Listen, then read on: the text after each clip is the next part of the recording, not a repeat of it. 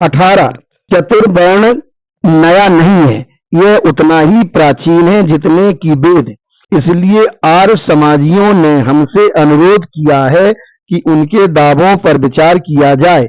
यदि चतुर्वर्ण पर सामाजिक संगठन के रूप में भूतकाल से विचार किया जाए तो पता चलेगा कि इसकी आजमाइश की गई है और यह असफल रहा है।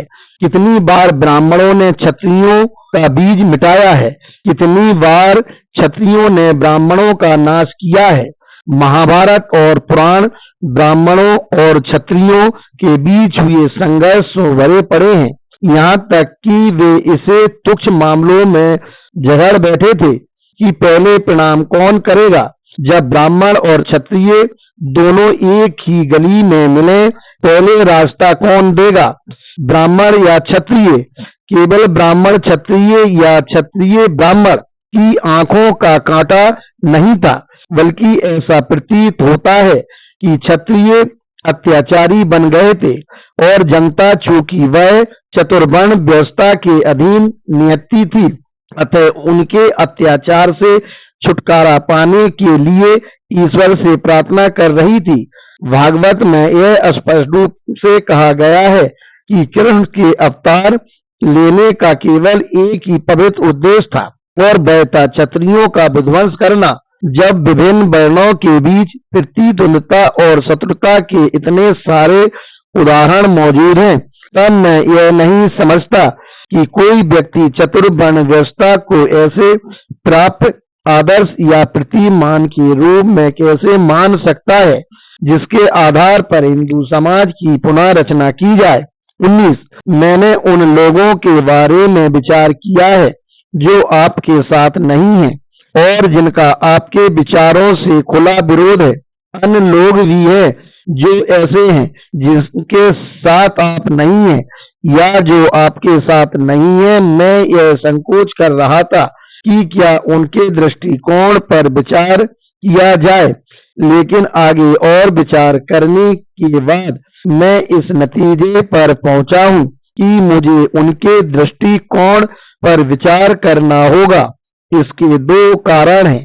पहला, जाति संबंधी समस्या के प्रति उनका रुख मात्र एक तटस्थता वाला रुख नहीं है, बल्कि सशस्त्र तटस्थता वाला रुख है। दूसरा, शायद उनकी संख्या भी पर्याप्त है। इनमें एक वर्ग ऐसा है जिसे हिंदुओं की जाति व्यवस्था में कोई विचित्र या निंदनीय चीज नहीं मिली है। ऐसे हिंदू मुस्लिमों, सिखों तथा ईसाइयों का उदाहरण प्रस्तुत करते हैं। लोग इस बात से संतुष्ट हो जाते हैं कि उनमें भी जातियां हैं। ऐसे प्रश्न पर विचार करते समय प्रारंभ में ही यह ध्यान रखना होगा कि मानव समाज कहीं भी एक संपूर्ण इकाई नहीं है। समाज सदैव बहु इकाई वाला रहा है। इस क्रियाशील विश्व में एक सीमा व्यक्ति है तो दूसरी सीमा समाज। इन दोनों के बीच छोटी बड़ी समस्त सहचरी व्यवस्थाएं, परिवार, मित्रता, सहकारी संस्थाएं, व्यापार प्रतिष्ठान, राजनीतिक दल, चोर और लुटेरों के गिरोह विद्यमान हैं। छोटे वर्ग आम तौर पर एक दूसरे से मजबूती से जुड़े होते हैं और प्रायः जातियों जैसे होते हैं। उनकी संहिता संकीर्ण तथा भाव प्रवण होती है, जिसे प्रायः समाज विरोधी कहा जा सकता है। यह बात यूरोप तथा एशिया के प्रत्येक समाज पर लागू होती है। यह निर्धारित करते समय कि क्या संबंधित समाज का एक आदर्श समाज है, यह प्रश्न पूछा जा सकता है। क्या वह आदर्श समाज इसलिए नहीं है क्योंकि इसमें वर्ग है, लेकिन वर्ग तो सभी समाजों में होते हैं। यह निर्धारित करते समय कि आदर्श समाज कौन सा है, ये प्रश्न पूछे जा सकते हैं। ऐसे हितों की संख्या कितनी है और वे कितने प्रकार के हैं जो वर्गों से संबंधित हैं। अन्य समाजों के साथ उसका व्यवहार कितना पूर्ण एवं स्वतंत्र है। क्या वर्गों और जातियों को पृथक करने वाली शक्तियों की संख्या उन शक्तियों की संख्या से अधिक है जो उनको जोड़ती है। वर्ग जीवन को क्या सामाजिक महत्व दिया गया है?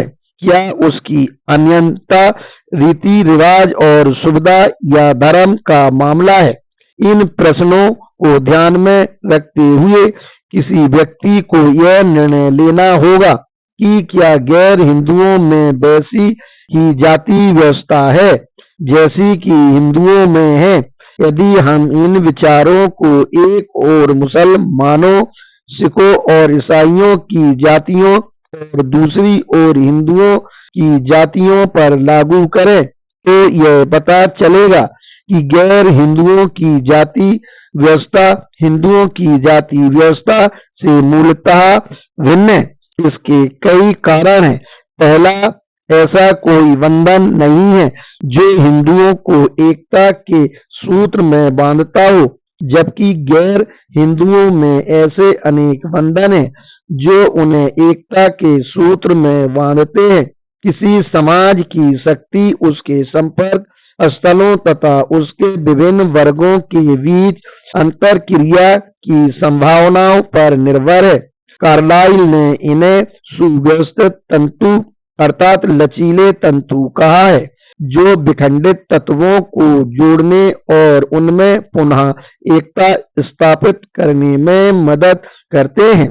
हिंदुओं में ऐसी कोई संगठनकारी शक्ति नहीं है जो जाति प्रथा द्वारा किए गए विखंडन को समाप्त कर सके, लेकिन गैर हिंदुओं में ऐसे अनेक सुव्यवस्थित तंतु हैं जो उन्हें एकता के सूत्र में बांधते हैं। इसके अतिरिक्त यह भी स्मरण रखना होगा कि हालांकि गैर हिंदुओं में भी वैसी ही जातियां हैं जैसी कि हिंदुओं में हैं, लेकिन उनका गैर हिंदुओं के लिए सामाजिक महत्व उतना नहीं है जितना कि हिंदुओं के लिए है। किसी मुसलमान या सिख से पूछिए कि वह कौन है तो वह यही कहेगा कि वह मुसलमान या सिख है। वह अपनी जाति नहीं बताएगा, हालांकि उसकी जाति है। आप उसके इस उत्तर से संतुष्ट हो जाएंगे। जब वह यह बताता है कि वह मुसलमान है तो उससे आगे यह नहीं पूछते कि वह शिया है या सुन्नी, शेख है या सैयद, खटीक है या पिंजारी। जब वह यह कहता है कि मैं सिख हूँ तो आप उससे यह नहीं पूछते कि वह जाट है या रोड़ा, मजहबी है या रामदासी, लेकिन आप इस बात से उस स्थिति में संतुष्ट नहीं होते जब कोई अपने को हिंदू बताता है। आप उसकी जाति अवश्य पूछेंगे। इसका कारण यह है कि हिंदू के विषय में जाति का इतना महत्व है कि उसके जाने बिना आप यह निश्चित नहीं कर सकते कि वह किस तरह का व्यक्ति है। गैर हिंदुओं में जाति का उतना महत्व नहीं है जितना कि हिंदुओं में है। यह बात उस स्थिति में स्पष्ट हो जाती है जब आप जाति व्यवस्था भंग करने के परिणामों पर विचार करते हैं। सिखों और मुसलमानों में भी जातियां हो सकती हैं, लेकिन वे उस सिख और मुसलमान का जाति बहिष्कार नहीं करेंगे जो अपनी जाति तोड़ता है। वास्तव में सिख और मुसलमान जाति बहिष्कार के विचार से परिचित नहीं है, लेकिन हिंदुओं के विषय में यह बात एकदम भिन्न है। हिंदू को यह निश्चित रूप से पता होता है कि यदि वह जाति का बंधन तोड़ेगा तो उसे जाति से निकाल दिया जाएगा। इससे यह प्रकट होता है कि हिंदुओं और गैर हिंदुओं के लिए जाति के सामाजिक महत्व में कितना अंतर है। यह उनके बीच अंतर का दूसरा संकेत है। तीसरा संकेत भी है जो और अधिक महत्वपूर्ण है। गैर हिंदुओं में जाति की कोई धार्मिक पवित्रता नहीं होती, लेकिन हिंदुओं में तो निश्चित रूप से होती है। गैर हिंदुओं में जाति मात्र एक व्यवहार है, न कि एक पवित्रता। उन्होंने जाति की उत्पत्ति नहीं की, उनके मामले में तो जाति का मात अस्तित्व बना हुआ है। वे जाति को धार्मिक सिद्धांत नहीं मानते। धर्म हिंदुओं को जातियों के पृथक्करण और अलगाव को एक सद्गुण मानने के लिए बाध्य करता है, लेकिन धर्म गैर हिंदुओं को जाति के प्रति ऐसा रुख अपनाने के लिए बाध्य नहीं करता है। यदि हिंदू लोग जाति को समाप्त करना चाहें तो धर्म आड़े आएगा, लेकिन गैर हिंदुओं के विषय में यह बात लागू नहीं होती। अतः गैर हिंदुओं में जाति के मात अस्तित्व से संतुष्ट होना तब तक एक खतरनाक भ्रम साबित होगा, जब तक यह जानकारी प्राप्त न कर ली जाए कि उनके जीवन में जाति का क्या महत्व है और क्या कोई अन्य ऐसे सुव्यवस्थित तंतु हैं जो सामाजिक भावना को उनकी जाति भावना से ऊपर ले आते हों। हिंदुओं का यह भ्रम जितना शीघ्र दूर हो उतना ही अच्छा है। हिंदुओं का एक अन्य वर्ग इस बात से इनकार करता है कि हिंदुओं के लिए जाति प्रथा से कोई समस्या उत्पन्न होती है। ऐसे हिंदू इस दृष्टिकोण में संतोष व्यक्त करते हैं कि हिंदू जाति जीवित नहीं है और वे इसे जीवित रहने की उपयुक्तता का प्रमाण मानते हैं। प्रोफेसर एस राधाकृष्णन ने अपनी पुस्तक हिंदू व्यू ऑफ लाइफ में इस दृष्टिकोण की अच्छी व्याख्या की है। हिंदू धर्म का संदर्भ देते हुए वे कहते हैं, सभ्यता कोई अल्पकालिक वस्तु नहीं रही है। इसका इतिहास 4000 वर्ष से भी पुराना है, फिर भी वह एक ऐसी सभ्यता बन गई है जिसकी अविच्छिन्न धारा आज तक प्रभावित है। यद्यपि कभी कभी इसकी गति मंद और स्थिर भी रही है। इसने 4 या 5 सहस्त्रवादियों से भी अधिक समय से आध्यात्मिक विचारधारा एवं अनुभवों से प्रभावित होकर भी इसका मूलत्व अक्षुण्ण रहा है। यद्यपि इतिहास के आदिकाल से भिन्न भिन्न जातियों एवं संस्कृति के लोग भारत में आते रहे हैं, फिर भी हिंदू धर्म ने अपनी सर्वोच्चता अक्षुण्ण रखी है। यहाँ तक कि राजनीतिक शक्ति द्वारा संपोषित धर्म परिवर्तनकारी जातियां भी अधिसंख्यक हिंदुओं को अपने विचार मनवा लेने के लिए बाध्य नहीं कर पाई है। हिंदू संस्कृति में कुछ ऐसी जीवन शक्ति है जो अन्य शक्तिशाली धाराओं में नहीं मिल सकती। यह देखने के लिए हिंदू धर्म के वृक्ष को काटना आवश्यक नहीं है कि क्या उसमें आज भी रस निकल रहा है। इस विषय में तो राधा कृष्णन का नाम ही काफी है कि वे जो कुछ कहते हैं उसमें गंभीरता होती है और पाठकों को प्रभावित करते हैं। पर मुझे अपना विचार प्रकट करने में संकोच नहीं करना चाहिए, क्योंकि मुझे इस बात की आशंका है कि कहीं उनका कथन इस गलत तर्क का आधार न बन जाए कि अस्तित्व जीवित रहने की उपयुक्तता का प्रमाण है। मुझे ऐसा प्रतीत होता है कि सवाल यह नहीं है कि कोई समुदाय जीवित रहता है या समाप्त हो जाता है, बल्कि यह है कि वह कैसे सम्मान के साथ जीवित रहता है। जीवित रहने के विभिन्न प्रकार हैं, लेकिन वे सब के सब सम्मानजनक नहीं है। किसी व्यक्ति और समाज के लिए मात्र जीवन यापन करने और सम्मान पूर्वक जीवन यापन करने में पर्याप्त अंतर है। युद्ध में लड़ना और गौरवपूर्ण जीवन व्यतीत करना जीवित रहने का एक प्रकार है। पराजित होना, आत्मसमर्पण करना और एक बंदी के रूप में जीवन व्यतीत करना भी अस्तित्व का एक प्रकार है। किसी हिंदू के लिए इस बात से संतुष्ट होना बेअर्थ है कि वह और अन्य जीवित रहे हैं। मुझे यह सोचना होगा कि उसके जीवन की गुणवत्ता क्या है। यदि वह ऐसा सोचेगा तो मुझे विश्वास है वह मात्र अस्तित्व का दंभ छोड़ देगा। हिंदू के जीवन में तो सतत पराजय हो ही रही है। उसे जो यह प्रतीत होता है कि उसका जीवन तो सतत प्रभावमान रहा है, वह सतत प्रभावमान नहीं रहा है, बल्कि वस्तुतः वह ऐसा जीवन रहा है जिसका सतत ह्रास होता रहा है। 20 मेरी राय में इसमें कोई संदेह नहीं है कि जब तक आप अपनी सामाजिक व्यवस्था नहीं बदलेंगे तब तक कोई प्रगति नहीं होगी। आप समाज को रक्षा या अपराध के लिए प्रेरित कर सकते हैं, लेकिन जाति व्यवस्था की नींव पर आप कोई निर्माण नहीं कर सकते। आप राष्ट्र का निर्माण नहीं कर सकते, आप नैतिकता का निर्माण नहीं कर सकते। जाति व्यवस्था की नींव पर आप कोई भी निर्माण करेंगे वह चटक जाएगा और कभी भी पूरा नहीं होगा। अब केवल एक प्रश्न रहता है जिस पर विचार करना है, वह यह है कि हिंदू सामाजिक व्यवस्था में सुधार कैसे किया जाए, जाति प्रथा को कैसे समाप्त किया जाए। यह प्रश्न अत्यंत महत्वपूर्ण है।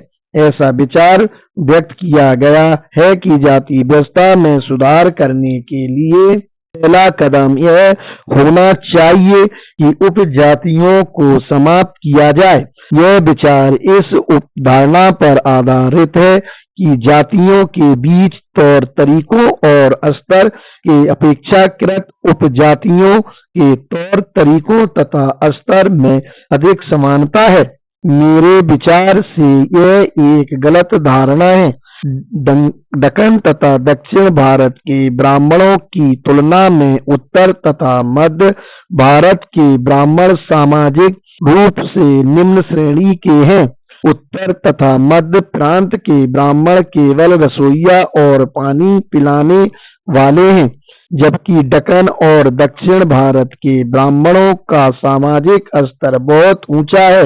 दूसरी ओर उत्तरी भारत के वैश्य और कायस्थ बौद्धिक एवं सामाजिक रूप से दक्कन और दक्षिण भारत के ब्राह्मणों के समकक्ष होते हैं। इसके अतिरिक्त आहार के मामले में भी दक्कन और दक्षिण भारत के ब्राह्मणों और कश्मीरी और बंगाल के ब्राह्मण में कोई समानता नहीं है। दक्षिण के ब्राह्मण शाकाहारी होते हैं, जबकि कश्मीर और बंगाल के ब्राह्मण मांसाहारी।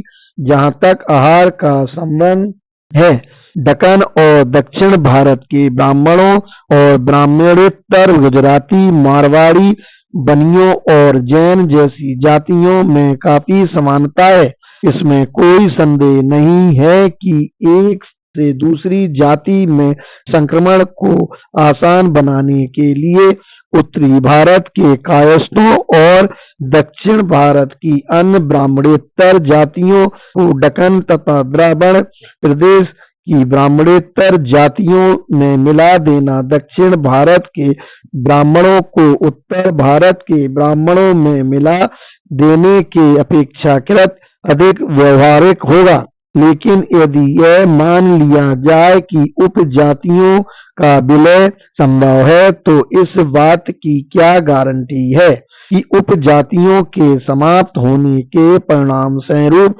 जातियां निश्चित रूप से समाप्त हो जाएंगी। इस स्थिति में उपजातियों के समाप्त होने से जातियों की जड़ें और मजबूत हो जाएंगी और वे शक्तिशाली बन जाएंगी। परिणाम स्वरूप वे अधिक हानिकर सिद्ध होंगी। अतः यह उपाय ना तो व्यवहार है और ना ही कारगर। यह उपाय निश्चित रूप से गलत सिद्ध होगा।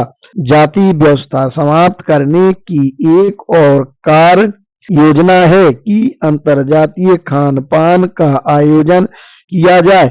मेरी राय में यह उपाय भी पर्याप्त नहीं है। ऐसी अनेक जातियां हैं जो अंतरजातीय खान पान की अनुमति देती हैं। इस विषय में सामान्य अनुभव यह रहा है कि अंतरजातीय खान पान की व्यवस्था जाति भावना या जाति बोध को समाप्त करने में सफल नहीं हो पाई है।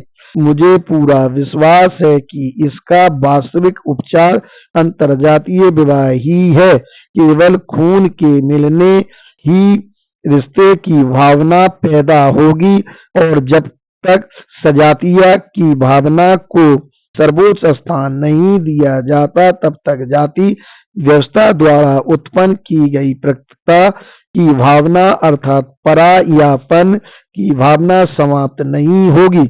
हिंदुओं में अंतर जातीय विवाह सामाजिक जीवन में निश्चित रूप से महान शक्ति का एक कारक सिद्ध होगा।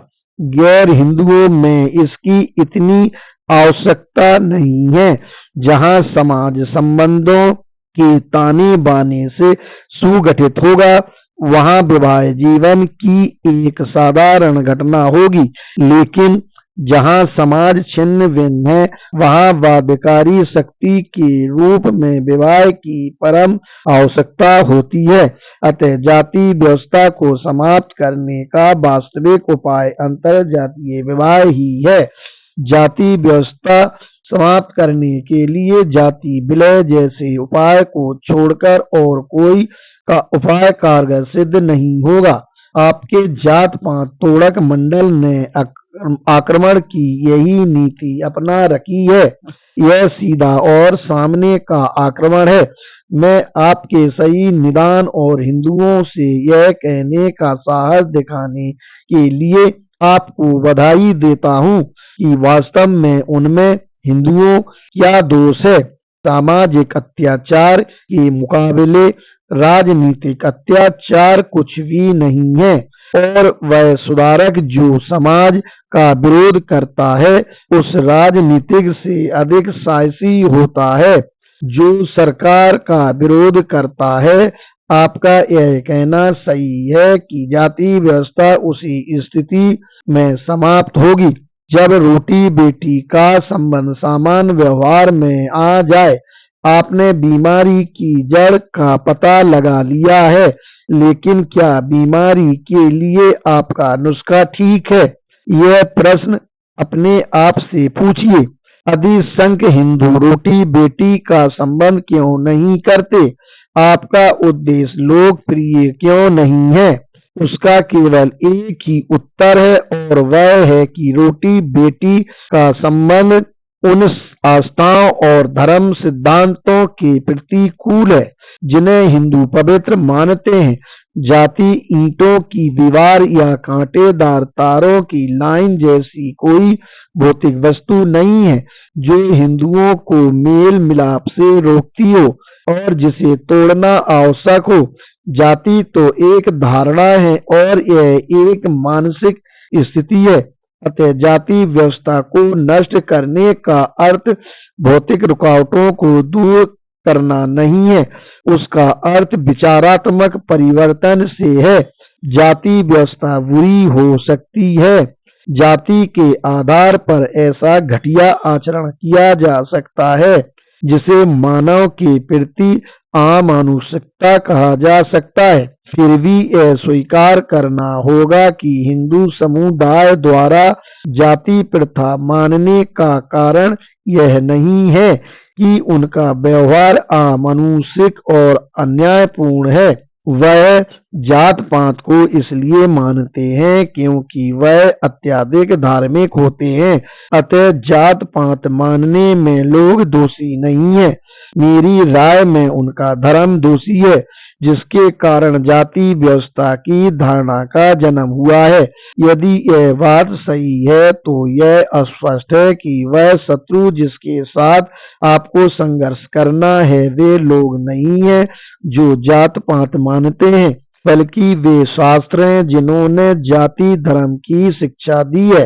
रोटी बेटी का संबंध न करने या समय समय पर अंतरजातीय खान पान और अंतरजातीय विवाहों का आयोजन न करने के लिए लोगों की आलोचना या उनका उपवास करना वांछित उद्देश्य को प्राप्त करने का एक निरर्थक तरीका है। वास्तविक उपचार यह है कि शास्त्रों से लोगों के विश्वास को समाप्त किया जाए। यदि शास्त्रों ने लोगों के धर्म विश्वास और विचारों को ढालना जारी रखा तो आप कैसे सफल होंगे? शास्त्रों की सत्ता का विरोध किए बिना। लोगों को उनकी पवित्रता और दंड विधान में विश्वास करने के लिए अनुमति देना और फिर उनके अविवेकी और अमानवीय कार्यों के लिए उन्हें दोष लगाना और उनकी आलोचना करना सामाजिक सुधार करने का अनुपयुक्त तरीका है। ऐसा प्रतीत होता है कि महात्मा गांधी समेत अस्पृश्यता को समाप्त करने वाले समाज सुधारक यह महसूस नहीं करते हैं कि लोगों के कार्य मात्र उन धर्म विश्वासों के परिणाम है जो शास्त्रों द्वारा उनके मन में पैदा कर दिए गए हैं। लोग तब तक अपने आचरण में परिवर्तन नहीं करेंगे जब तक वे शास्त्रों की पवित्रता में विश्वास करना नहीं छोड़ देते जिस पर उनका आचरण आधारित है। इसमें कोई आश्चर्य की बात नहीं है कि ऐसे प्रयासों का कोई सकारात्मक परिणाम न निकले। आप भी वही गलती कर रहे हैं जो अस्पृश्यता को समाप्त करने के उद्देश्य से काम करने वाले समाज सुधारक कर रहे हैं। रोटी बेटी के संबंध के लिए आंदोलन करना और उनका आयोजन करना कृत्रिम साधनों से किए जाने वाले बलात् भोजन कराने के समान है। प्रत्येक पुरुष और स्त्री को शास्त्रों के बंधन से मुक्त कराइए। शास्त्रों द्वारा प्रतिष्ठापित हानिकर धारणाओं से उनके मस्तिष्क का पिंड छुड़ाइए। फिर देखिए वह आपके कहे बिना अपने आप अंतरजातीय खान पान तथा अंतरजातीय विवाह का आयोजन करेगी। वाद विवाद में फंसने से कोई लाभ नहीं है। लोगों से यह कहने में कोई लाभ नहीं है कि शास्त्रों में वैसा नहीं कहा गया है जैसा कि वे विश्वास करते हैं, व्याकरण की दृष्टि से पढ़ते हैं या तार्किक ढंग से उनकी व्याख्या करते हैं। यह कोई बात नहीं है कि लोग शास्त्रों का ज्ञान किस प्रकार से ग्रहण करते हैं। आपको ऐसा दृष्टिकोण अपनाना चाहिए जैसा कि बुद्ध ने किया था। आपको वह मोर्चा लेना होगा जो गुरु नानक ने लिया था। आपको शास्त्रों की केवल उपेक्षा ही नहीं करनी चाहिए बल्कि उनकी सत्ता स्वीकार करने से इनकार करना होगा जैसा कि बुद्ध और नानक ने किया था। आपको हिंदुओं से यह कहने का साहस रखना चाहिए कि दोष उनका धर्म का है, वह धर्म जिसने आप में यह धारणा पैदा की है कि जाति व्यवस्था पवित्र है। क्या आप ऐसा साहस दिखाएंगे? 21 आपको सफलता मिलने के अवसर क्या हैं? सुधार की विभिन्न किस्में हैं। एक किस्म वह है जो लोगों की धार्मिक धारणा से संबंधित नहीं है लेकिन उसका स्वरूप विशुद्ध रूप से धर्मनिरपेक्षता वाला है। सुधार की दूसरी किस्म का संबंध लोगों की धार्मिक भावना से है। सामाजिक सुधारों की इन किस्मों के दो प्रकार हैं। एक में सुधार धर्म के सिद्धांतों के अनुरूप होता है और लोगों से जो इन सिद्धांतों से विचलित हो गए हैं यह कहा जाता है कि वे उनको फिर से स्वीकार कर लें और उनका पालन करें।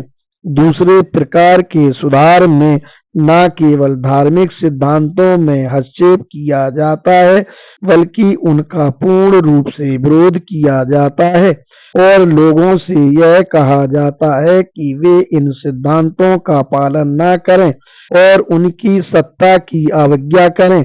जाति व्यवस्था ऐसे कुछ धार्मिक विश्वासों का स्वाभाविक परिणाम है जो शास्त्र सम्मत है। शास्त्रों के बारे में यह विश्वास किया जाता है कि ईश्वर द्वारा प्रेरित उन ऋषियों का आदेश नियत है जो अलौकिक प्रज्ञा से संपन्न थे, अतः ऋषियों की आज्ञाओं का उल्लंघन नहीं किया जा सकता। यदि उल्लंघन किया जाएगा तो पाप लगेगा। सुधार का एक और प्रकार है, वह जाति व्यवस्था को नष्ट करना। यह सुधार तीसरे वर्ग के अंतर्गत आता है। लोगों से जात पात त्यागने के लिए कहने का अर्थ उनको मूल धार्मिक धारणाओं के विपरीत चलने के लिए कहना है। यह स्पष्ट है कि सुधार का पहला और दूसरा मार्ग सरल है, लेकिन तीसरे मार्ग के सुधार में अत्यधिक कार्य करना होगा, जो प्रायः असंभव सा है। हिंदू सामाजिक व्यवस्था को पवित्र मानते हैं। जाति व्यवस्था का आधार ईश्वरीय है, अतः आपको उस पवित्रता और देवत्व को नष्ट करना होगा जो जाति व्यवस्था में समाया हुआ है। अंतिम विश्लेषण के रूप में इसका अर्थ यह है कि आपको शास्त्रों और वेदों की सत्ता समाप्त करनी होगी। मैंने जाति व्यवस्था समाप्त करने के उपाय और साधनों से संबंधित प्रश्न पर जोर इसलिए दिया है क्योंकि मेरे लिए आदर्श से अवगत होने के अपेक्षाकृत उचित उपायों और साधनों की जानकारी प्राप्त कर लेना अधिक महत्वपूर्ण है। यदि आपको वास्तविक उपाय और साधनों की जानकारी नहीं है तो आपके सभी प्रयास निष्फल रहेंगे। यदि मेरा विश्लेषण सही है तो आपका कार्य भी भागीरथ प्रयत्न से कम नहीं होगा। केवल आप ही यह कह सकते हैं कि क्या आप इस कार्य को संपन्न कर सकेंगे। मेरे विचार से यह कार्य प्रायः असंभव है। शायद आप यह जानना चाहेंगे कि मैं ऐसा क्यों सोचता हूँ। जिन कारणों से मैंने यह दृष्टिकोण अपनाया है उनमें से ऐसे कुछ कारणों का उल्लेख करूंगा जिन्हें मैं अत्यंत महत्वपूर्ण समझता हूँ। उन कारणों में से एक है विद्वेष भाव, जो ब्राह्मणों ने इस समस्या के प्रति प्रदर्शित किया है। ब्राह्मण राजनीतिक तथा आर्थिक सुधार के मामलों के आंदोलन में सदैव अग्रसर रहते हैं, लेकिन जात पात के बंधन तोड़ने के लिए बनाई गई सेना में वे शिविर अनुयायी कैंप फॉलोअर्स के रूप में भी नहीं पाए जाते। क्या ऐसी आशा की जा सकती है कि भविष्य में इस मामले में ब्राह्मण लोग नेतृत्व करेंगे? मैं कहता हूँ नहीं। आप पूछ सकते हैं क्यों? आप दलील दे सकते हैं कि इसका कोई कारण नहीं है कि ब्राह्मणों को सामाजिक सुधार से क्यों दूर रहना चाहिए। आप तर्क प्रस्तुत कर सकते हैं कि ब्राह्मण यह जानते हैं कि हिंदू समाज का अभिशाप जाति व्यवस्था है और एक प्रबुद्ध वर्ग के रूप में उनसे यह आशा नहीं की जा सकती कि वे इसके परिणामों के प्रति उदासीन रहेंगे। आप यह भी तर्क प्रस्तुत कर सकते हैं कि ब्राह्मण दो प्रकार के हैं, एक तो धर्मनिरपेक्ष ब्राह्मण और दूसरे पुरोहित ब्राह्मण। यदि पुरोहित ब्राह्मण जात पात समाप्त करने वाले लोगों की तरफ से हथियार नहीं उठाता है तो धर्मनिरपेक्ष ब्राह्मण उठाएगा। इसमें कोई संदेह नहीं है कि ये सारी बातें ऊपर से बहुत ही विश्वसनीय लगती हैं, लेकिन इन सब बातों में हम यह भूल गए हैं कि यदि जात व्यवस्था समाप्त हो जाती है तो ब्राह्मण जाति पर इसका प्रतिकूल प्रभाव पड़ेगा। इन तथ्यों को ध्यान में रखते हुए क्या यह आशा करना उचित है कि ब्राह्मण लोग ऐसे आंदोलन का नेतृत्व करने के लिए सहमत होंगे जिसके परिणाम स्वरूप ब्राह्मण जाति की शक्ति और सम्मान नष्ट हो जाएगा? क्या धर्मनिरपेक्ष ब्राह्मणों से यह आशा करना उचित होगा कि वे पुरोहित ब्राह्मणों के विरुद्ध किए गए आंदोलन में भाग लेंगे? मेरे निर्णय के अनुसार धर्मनिरपेक्ष ब्राह्मणों और पुरोहित ब्राह्मणों में भेद करना व्यर्थ है। वे दोनों आपस में रिश्तेदार हैं। वे एक शरीर की दो भुजाएं हैं। एक ब्राह्मण दूसरे ब्राह्मण का अस्तित्व बनाए रखने हेतु लड़ने के लिए बाध्य है। इस संबंध में मुझे प्रोफेसर डाइसी की सारगर्भित टिप्पणियां याद आती हैं जो उन्होंने अपने इंग्लिश कॉन्स्टिट्यूशन में दी है। संसद की विधायी सर्वोच्चता की वास्तविक परिसीमा के संबंध में डाइसी ने कहा है, किसी भी प्रभुता संपन्न विशेषतः संसद द्वारा तथा सत्ता का वास्तविक प्रयोग दो परिसीमाओं से परिबद्ध या नियंत्रित है। इनमें एक बाह्य और दूसरी आंतरिक परिसीमा है। किसी प्रभुता संपन्न कि वास्तविक शक्ति की बाह्य सीमा ऐसी संभावना या निश्चितता को कहा जाता है कि उसकी प्रजा या अधिकांश प्रजा उसके कानूनों की अवज्ञा या विरोध करेगी। प्रभु सत्ता के प्रयोग की आंतरिक सीमा स्वयं प्रभु सत्ता के स्वरूप से उत्पन्न होती है। निरंकुश शासक भी अपने चरित्र के अनुसार अपनी शक्तियों का प्रयोग करता है, जिसका निर्माण उसकी परिस्थिति, तत्समय प्रवृत्ति, नैतिक भावनाओं और उस समाज के आधार पर होता है जिससे वह संबंधित है। सुल्तान अगर चाहता भी तो मुस्लिम विश्व के धर्म को परिवर्तित नहीं कर सका, लेकिन यदि वह ऐसा कर भी सकता था तो यह बिल्कुल असंभव था कि मुस्लिम धर्म का अध्यक्ष मुस्लिम धर्म को समाप्त करना चाहेगा। सुल्तान की शक्ति का प्रयोग करने से संबद्ध आंतरिक व्यवस्था भी इतनी ही मजबूत थी जितनी की बाह्य परिसीमा। लोग कभी कभी बेअर्थ का प्रश्न पूछते हैं कि पोप ने अमुक सुधार लागू क्यों नहीं किया। इसका सही उत्तर यह है कि एक क्रांतिकारी ऐसा व्यक्ति नहीं है जो पोप बन जाए, और जब कोई आदमी पोप बन जाएगा तब वह एक क्रांतिकारी बनना नहीं चाहेगा। मेरे विचार से ये अभियुक्तियां भारत के ब्राह्मणों पर भी समान रूप से लागू होती हैं, और कोई भी व्यक्ति यह कह सकता है कि यदि कोई व्यक्ति पोप बन जाता है तो एक क्रांतिकारी बनने की उसकी इच्छा नहीं होती। जो व्यक्ति ब्राह्मण पैदा हुआ है वह एक क्रांतिकारी बनने की इच्छा बहुत कम करता है। वास्तव में सामाजिक सुधार के मामले में किसी ब्राह्मण से एक क्रांतिकारी बनने की आशा करना उतना ही बेकार है जितना कि ब्रिटिश संसद से यह आशा करना, जैसा कि लेस्ली स्टीफन ने कहा था कि वह ऐसा अधिनियम पारित करेंगे जिसके अनुसार सभी नीली आंखों वाले बच्चों की हत्या कर दी जाएगी। आप में से कुछ यह कहेंगे कि यह एक मामूली बात है कि जाति प्रथा समाप्त करने के आंदोलन का नेतृत्व करने के लिए ब्राह्मण आगे आए अथवा नहीं। मेरे विचार से इस दृष्टिकोण को अपनाया जाना समाज के बुद्धिजीवी वर्ग द्वारा अदा की गई भूमिका की अपेक्षा करना होगा, चाहे आप इस सिद्धांत को माने या ना माने कि एक महान पुरुष इतिहास का निर्माता होता है, लेकिन आपको इतना अवश्य स्वीकार करना होगा कि प्रत्येक देश में बुद्धिजीवी वर्ग सर्वाधिक प्रभावशाली वर्ग रहा है।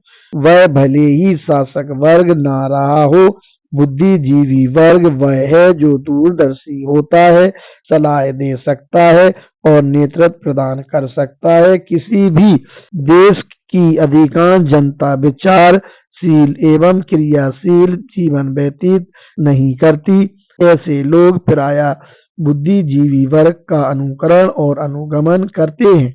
यह कहने में कोई अतिशयोक्ति नहीं होगी। किसी देश का संपूर्ण भविष्य उसके बुद्धिजीवी वर्ग पर निर्भर होता है। यदि बुद्धिजीवी वर्ग ईमानदार, स्वतंत्र और निष्पक्ष है तो उस पर यह भरोसा किया जा सकता है कि संकट की घड़ी में वह पहल करेगा और उचित नेतृत्व प्रदान करेगा। यह ठीक है कि प्रज्ञा अपने आप में कोई गुण नहीं है, वह केवल साधन है और साधन का प्रयोग उस लक्ष्य पर निर्भर है जिसे एक बुद्धिमान व्यक्ति प्राप्त करने का प्रयत्न करता है। बुद्धिमान व्यक्ति भला हो सकता है, लेकिन साथ ही वह दुष्ट भी हो सकता है। उसी प्रकार बुद्धिजीवी वर्ग उच्च विचारों वाले व्यक्तियों का एक दल हो सकता है जो सहायता करने के लिए तैयार रहता है और पथभ्रष्ट लोगों को सही रास्ते पर लाने के लिए तैयार रहता है। बुद्धिजीवी वर्ग धोखेबाजों का एक गिरोह या संकीर्ण गुट के वकीलों का निकाय हो सकता है जहां से उसे सहायता मिलती है।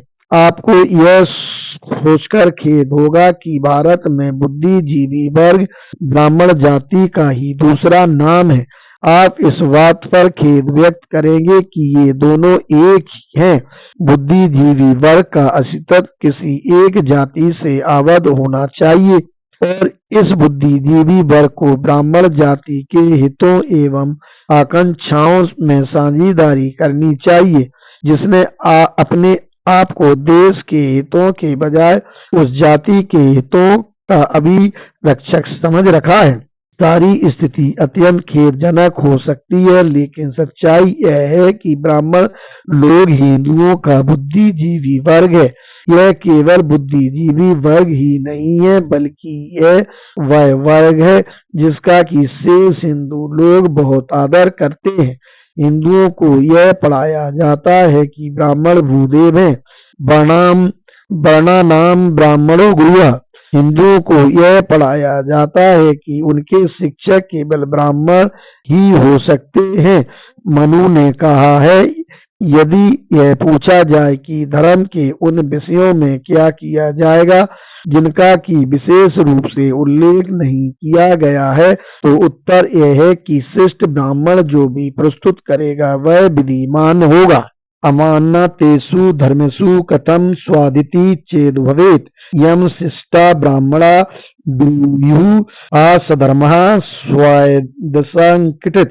जब ऐसा बुद्धिजीवी वर्ग जिसने शेष हिंदू समाज पर नियंत्रण कर रखा है जाति व्यवस्था में सुधार करने का विरोधी है, तभी मुझे जाति प्रथा समाप्त करने वाले आंदोलन का सफल होना नितांत असंभव दिखाई देता है।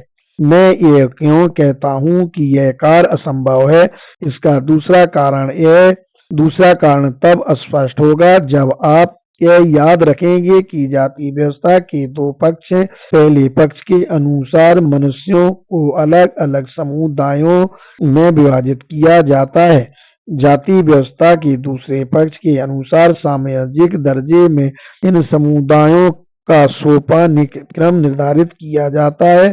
प्रत्येक जाति को गर्व है और इस बात से संतुष्टि है कि वह जाति क्रम में किसी अन्य जाति से ऊंची है। इस श्रेणीकरण के बाह्य लक्षण के रूप में सामाजिक और धार्मिक अधिकारों का भी एक श्रेणीकरण है, जिन्हें शास्त्रीय रूप से अष्टाधिकार और संस्कार कहा जाता है। किसी जाति का दर्जा जितना ऊंचा होगा उतने ही अधिक उसके अधिकार होंगे, जिस जाति का दर्जा जितना नीचा होगा उतने ही कम उसके अधिकार होंगे। समुदायों के इस श्रेणीकरण तथा जातियों के इस सोपान ने जाति व्यवस्था के विरुद्ध एक सामूहिक मोर्चा खोलना असंभव बना दिया है। यदि कोई जाति अपने से ऊंची जाति के साथ रोटी बेटी का संबंध करने के अधिकार का दावा करती है तो उसका तत्काल निषेध कर दिया जाता है, और शरारती लोग, जिनमें अनेक ब्राह्मण भी शामिल हैं, यह कहते हैं कि यह रोटी बेटी का संबंध अपने से नीची जाति तक ही अनुमत होगा। सभी लोग जाति व्यवस्था के दास हैं, लेकिन सभी दासों का दर्जा बराबर नहीं है। आर्थिक क्रांति लाने हेतु सर्वहारा वर्ग को उत्तेजित करने के लिए कार्ल मार्क्स ने उनसे यह कहा था, दासता को छोड़कर आपका और कुछ नहीं जाएगा। जिस कलात्मक ढंग से विभिन्न जातियों में सामाजिक और धार्मिक अधिकार वितरित, किसी जाति को ज्यादा तो कुछ को कम किए गए थे, कार्ल मार्क्स के नारे का वह कलात्मक ढंग जाति व्यवस्था के विरुद्ध हिंदुओं को उत्तेजित करने के लिए एकदम बेकार है। जातियां उच्च और अवर प्रभुसत्ताओं की श्रेणीकृत व्यवस्था होती है। वे अपने दर्जे के लिए सतर्क होती हैं और यह जानती हैं कि यदि जातियों का सामान्य विलय हुआ तो उनमें से कुछ की प्रतिष्ठा और शक्ति दूसरी जातियों की अपेक्षाकृत अधिक समाप्त हो जाएंगी। इसे सैनिक भाषा में यह कहा जाएगा कि आप जाति व्यवस्था पर आक्रमण करने के लिए हिंदुओं की आमलाबंदी नहीं कर सकते। 22वां, क्या आप तर्क का प्रश्न उठा सकते हैं और हिंदुओं से यह कह सकते हैं कि वे जाति व्यवस्था को समाप्त करें, क्योंकि वह तर्क के विरुद्ध है। इससे यह प्रश्न उठता है, क्या हिंदू अपने तर्क का प्रयोग करने के लिए स्वतंत्र है? मनु ने 3 अनुशंसियां विहित की हैं, जिनके अनुसार प्रत्येक हिंदू को आचरण करना चाहिए। वेदः स्मृतिः सदाचारः स्वस्थ प्रियमात्मयन् वेदः स्मृतिः सदाचारः स्वस्थ प्रियमात्मयन्। यहाँ तर्क का प्रयोग करने के लिए कोई स्थान नहीं है। हिंदू को स्मृति या सदाचार का पालन करना होगा, वह किसी अन्य का पालन नहीं कर सकता। इस संबंध में सबसे पहला प्रश्न यह उठता है कि यदि वेदों और स्मृतियों के अर्थों के संबंध में कोई संदेह उठता है तो उनके पाठ का निर्वचन कैसे किया जाएगा? इस महत्वपूर्ण प्रश्न के संबंध में मनु के निश्चित विचार हैं। वे कहते हैं, यो वमन्यते ते मूले हेतु शास्त्राश्रायत जिज्वा सा साधु भी बहिष्कार्यो नस्तिको वेद निंदका। इस नियम के अनुसार वेदों और स्मृतियों की व्याख्या करने वाले सिद्धांत के रूप में तर्कणावाद का पूर्णतः निराकृत किया गया है। इसे नास्तिकता के समान ही अनैतिक माना गया है और इसके लिए बहिष्कार करने की दंड व्यवस्था की गई है। इस प्रकार जहाँ कोई विषय वेद या स्मृति से संबंधित होगा, वहाँ हिंदू तर्कपूर्ण विचार नहीं कर सकता। यहाँ तक कि जहाँ वेदों और स्मृतियों में उन विषयों पर विरोध है जिनमें उन्होंने स्पष्टता निषेधाज्ञा जारी कर रखी है, वहाँ भी तर्क का प्रयोग नहीं किया जाएगा। यदि 2 श्रुतियों में विरोध है तो उनकी प्रमाणिकता समान मानी जाएगी। दोनों में से किसी एक का पालन किया जा सकता है, लेकिन यह ज्ञात करने का कोई प्रयास नहीं किया जाएगा कि तर्क के आधार पर कौन सी श्रुति प्रमाणिक है। इसे मनु ने इस प्रकार स्पष्ट किया है, श्रुति द्वयम् तु यत्र स्वायत्रत धर्मा भुवो स्मृतो। यदि श्रुति और स्मृति के बीच विरोध है तो श्रुति को प्रमाणिक माना जाएगा। इनके विषय में यह ज्ञात करने का प्रयास नहीं किया जाएगा कि तर्क के आधार पर दोनों में से कौन सी प्रमाणिक है। इसका उल्लेख मनु ने निम्नलिखित श्लोक में किया है, या वेदवाह्या स्मृतयो याश्च कुदृष्टिः सर्वार्था निष्फला प्रेत्य तमोनिष्ठः हितः स्मृतः। इसके अतिरिक्त यदि 2 स्मृतियों में विरोध है तो मनु स्मृति को प्रमाणिक माना जाएगा, लेकिन यह प्रयास नहीं किया जाएगा कि तर्क के आधार पर कौन सी स्मृति प्रमाणिक है।